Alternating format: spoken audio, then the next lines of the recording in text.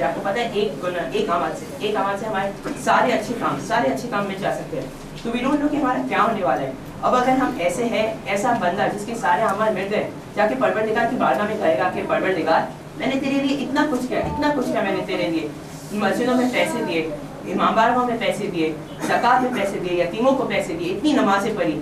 तो पता है हर नमाज का एक एक अमल जवाब देगा कि तूने ये किया, तूने किसी का दिल तोड़ा। याद रखिए, एक बात कहता हूँ आप लोगों को, ज़बान से किसी का दिल तोड़ना बदतरीन गुनाह है, बहुत बड़ा गुनाह है ज़बान से किसी का दिल तोड़ना। कहते हैं कि अगर हम किसी का दिल ज़बान से तोड़ेंगे ना, तो हमारे जितने अमाल हैं सब साफ कर दिए जाएंगे, सब जितने भी अमाल हैं। हम सोच रहे हैं बैठ के सुनना इज़ वेरी इजी, हम सुन के कह सकते हैं कि हाँ अरे भाई साफ हो रहे, क्या होगा, चलता है, अभी तो हम जिंदा है, देख लेंगे। नो, अगर ये हम सोचें ना कि अगर अभी क्या हुआ था, अब लंबी है उम्र, देख लेंगे उधर की उधर, ये सोच रहे हैं ना कि वो उधार का महशर का उधार, उधार का सौदा जो है महशर में होने वाला है, ये सोच उमर साद की थी। उमर साद को जब यजीद ने ऑफर किया था कमांडरशिप राय की, कहा था कि मैं तुम्हें इमाम हुसैन को जो कत्ल करेगी फौज, उसका मैं तुम्हें कमांडर बनाता हूँ, तुम्हें कमांडर बनाऊंगा, तुम कमांडरशिप एक्सेप्ट करो, मैं तुम्हें राय की हुकूमत दूंगा। राय क्या है? राय आज के ज़माने में तेहरान, बहुत ज़बरदस्त एरिया करा है। तो यजीद ने हमारे साथ को कहा कि मैं तुम्हें राय की हुकूमत दूंगा, तुम्हें हुसैन को कत्ल करना है। तो हमारे साथ बोलता है कि हमारे साथ घर जाते हैं, पूरी रात सोचते हैं, सुबह में निकलता है, कमांडरशिप एक्सेप्ट करता है, और एक्सेप्ट करने के बाद कुफे की गलियों में फिरता एक शेर सुनाता है। क्या शेर सुनाता है ये हमें कब पता चला?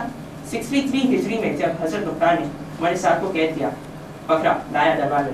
हमारे साथ जो था, एक बात बताता हूँ, हज़रत मुख्तार के सगे साले थे, हज़रत मुख्तार की सगी बहन के शौहर था हमारे साथ। तभी हज़रत मुख्तार ने माफ़ नहीं किया हमारे साथ को, ये देखिए। तो हमारे साथ को जब कैद करके लाए, तो हमारे साथ कहता है हज़रत मुख्तार को कि मैं तुम्हारा साला हूँ, इस रिश्ते के लिए मुझे माफ़ कर दो। तो हज़रत मुख्तार कहते हैं कि नहीं, तेरी वजह से हुसैन कत्ल हुआ है, मैं तुझे माफ़ नहीं करने वाला।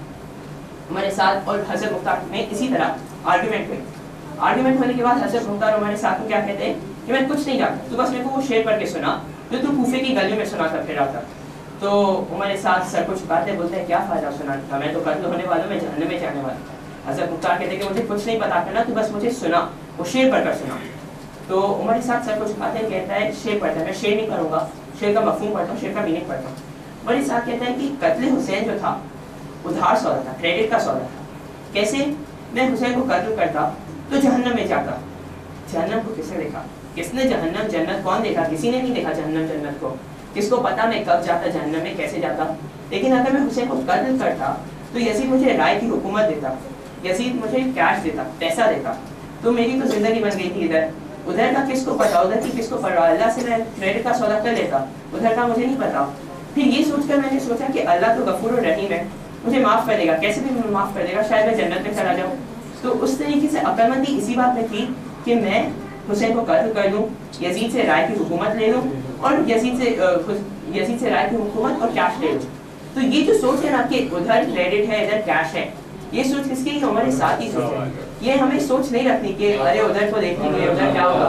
हमें सोचना, हमें परेशान होना, हमें फिक्र करनी है कि आज क्या होने वाला है, कल क्या होने वाला है। ये पूरे 365 डेज के अमल, हमारे पूरे साल जो गुजरे 365 डेज है, एक दिन, दो दिन, 3 दिन के अमल नहीं है, पूरे 365 डेज के अमल है। हमें परेशान होना है, हमें बड़ी होना है कि अरे यार मेरे जो अमाल हुए 365 डेज में, क्या ये कबूल हुए भी है या नहीं है, ये क्या अल्लाह मुझे बख्शेगा भी, मेरे गुनाहों को बख्शेगा भी या नहीं बख्शेगा। इसके लिए एक अमाल बताता हूँ आपको। कल आखिरी रात है साल की, तो 2 रकात नमाज पढ़े, 2 रकात मग़फ़िरत की नमाज पढ़िए, 2 रकात मग़फ़िरत की नमाज पढ़े। नमाज पढ़ के हाथों को बुलंद करे बारगाह में, अल्लाह की बारगाह में, आंखों में आंसू लाए और कहे कि परवरदिगार जितने भी गुनाह मैंने किए ना, उन गुनाहों को बख्श दे और मेरे अमालों को कबूल कर दे। क्योंकि पता नहीं इस साल जो हमने गुनाह किया हो वो अगले साल हमारी ज़िंदगी में आ सकता है, अगले साल हमें रिस्क की तंदुरुस्ती हो सकती है, हमें बीमारी हो सकती है, पता नहीं क्या हो सकता है अगले साल। इस साल के अमाल की वजह से क्यों अगले साल को खराब करे। इससे दुआ करे अल्लाह की बारगाह में कि परवरदिगार मेरे जितने भी अच्छे अमल हैं वो कबूल कर, मेरे गुनाहों को माफ़ कर, क्योंकि ये अगले साल आ सकते हैं। अगले साल आपको पता नहीं, मगर कई ऐसी चीज़ होती है जो हमारे दरवाजे तक आती है और चली जाती है। क्यों? क्योंकि हम नोटिस नहीं करते ऐसी चीज़ों को, हम देखते नहीं है कि हमारे साथ हो रहा क्या है, हमारी लाइफ में क्या हो रहा है। कई ऐसी चीज़ें, कई ऐसी रहमतें आती है जो आपके दरवाजे तक आके चली जाती है। तो हमें यही दुआ करना है अल्लाह की बारगाह में कि परवरदिगार मुझे मेरे गुनाह को माफ़ कर, मेरे अमालों को ठीक कर। क्योंकि हमें लाइफ की गारंटी नहीं है, जैसे मैं कह रहा हूँ लाइफ की गारंटी नहीं है, कल हम उठ नहीं सकते, क्या पता। इसलिए रोज़ रात को एक बात बताता हूँ, रोज़ रात को सोने से पहले आयत कुर्सी पढ़ के सोया करें। اس سے کیا ہوتا ہے آیت الکرسی پڑھنے سے جو رات میں ہم پہ جتنی بھی مصیبت آ سکتی ہے جو بھی پاسبل مصیبت ہے وہ نہیں آتی. جیسے پیرالائسس نہیں ہوگا آپ کو رات میں, آپ کو کوئی زہریلا جانور نہیں کاٹے گا, تو آپ کی جو رات ہوگی نا بڑی سیف ہوگی. صبح میں جب آپ اٹھیں گے تو صحت کے ساتھ اٹھیں گے. تو اس لیے روز رات میں آیت الکرسی پڑھ کے سویا کریں. تو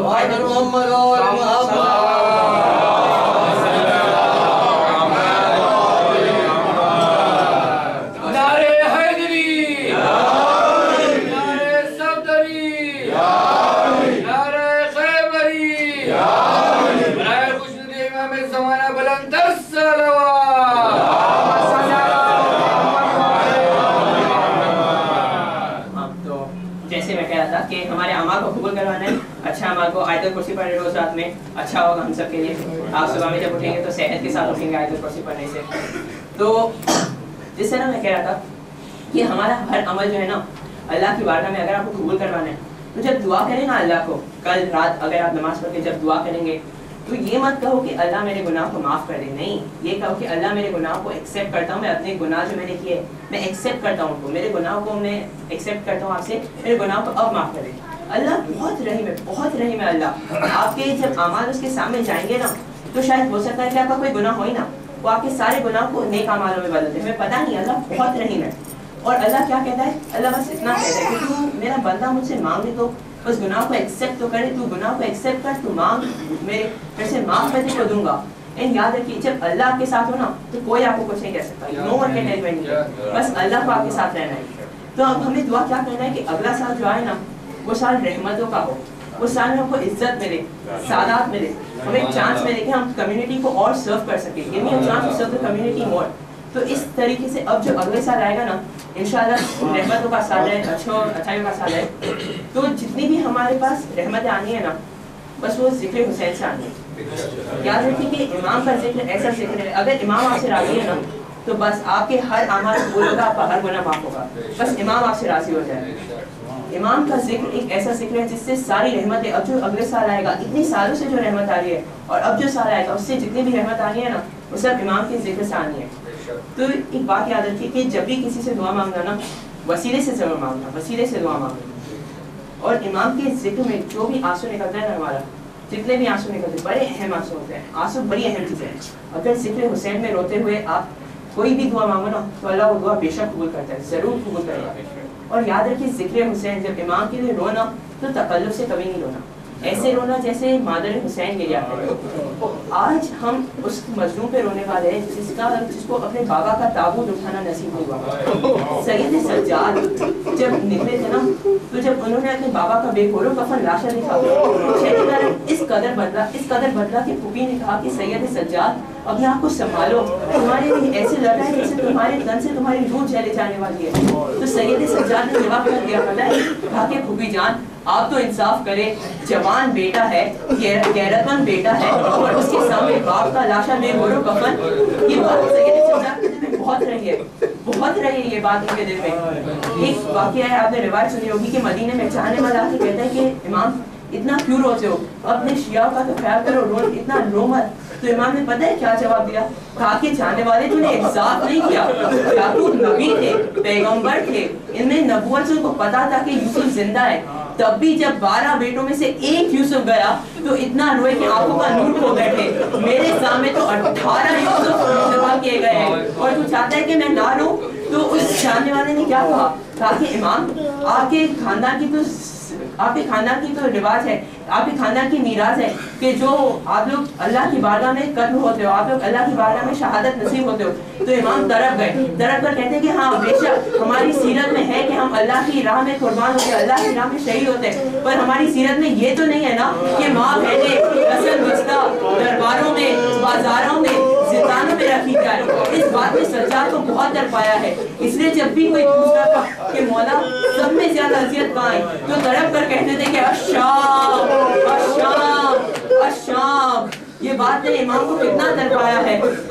دربار میں کھڑے ہیں, ماں بہنوں کے سر پر ردا نہیں اور یزید تخت پر بیٹھا ہے, سامنے دشت دلی پر امام کا سر ہے. اس بات نے امام سجاد کو اتنا تڑپایا ہے, میرے مولا سجاد نے کتنا سہا ہے. اور جب خود ان کا شہادت کا وقت آیا तो जब जहर का असर हुआ, जब इमाम के जिस्म में जहर का असर होने लगा, बेटों को बुलाया, वसीयतें की। वसीयत करने के बाद क्या कहते हैं कि बेटा मुझे जमीन पर लेटा दो। बेटों ने जवाब दिया कि अरे बाबा आपकी तो हालत सही नहीं है, आपका जिस्म अभी ज़ईफ हो चुका है, जिसमें इतनी ताकत नहीं है कि नीचे लिटाया जाए। तो कहा कि नहीं मुझे जमीन पर लेटा दो। बेटों ने जमीन पर लेटाने की कोशिश की तो कहा नहीं इस फर्श को हटा दो। कहा अरे बाबा फर्श को क्यों हटाए? कहा कि मैं भी रेत पर लेटना चाहता हूँ। कहा इस बात का सबब क्या है बाबा? तो कहा मेरा बाबा हुसैन करबला में रेत पर लेटा हुआ था, बेघोड़ों का फन प्यासा मेरा बाबा मातम हुसैन।